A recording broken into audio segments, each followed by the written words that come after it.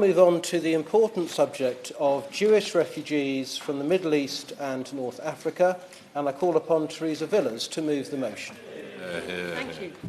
I beg to move that this House has considered the matter of Jewish refugees from the Middle East and North Africa, and can I start by saying it's a pleasure to serve under your chairmanship this afternoon, Mr. Hollowbone, as we consider this very important matter.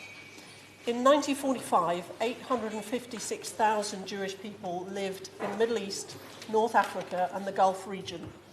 Only about 4,500 remain, almost all of them in Morocco and Tunisia. Jewish people have lived continuously in the Middle East and North Africa for over 2,600 years, yet in just a few decades they almost totally disappeared.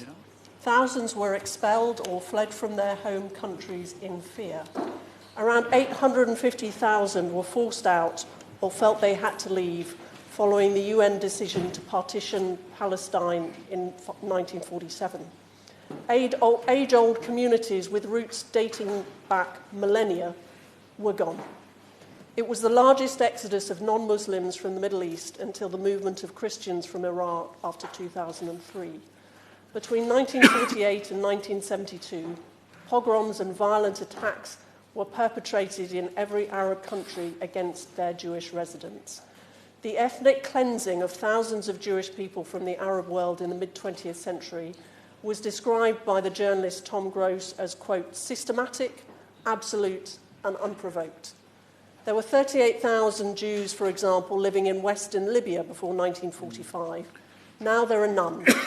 Very few of the 74 synagogues in Libya are recognisable, and a highway runs through Tripoli's Jewish cemetery. In Algeria, 50 years ago, there were 140,000 Jewish people. Now there are none. In Iraq, there were 135,000, and in Egypt, 75,000. Almost all are gone from those countries too. 259,000 left Morocco, 55,000 left Yemen, 20,000 left Lebanon, 180,000 left Syria, and 25,000 left Iran.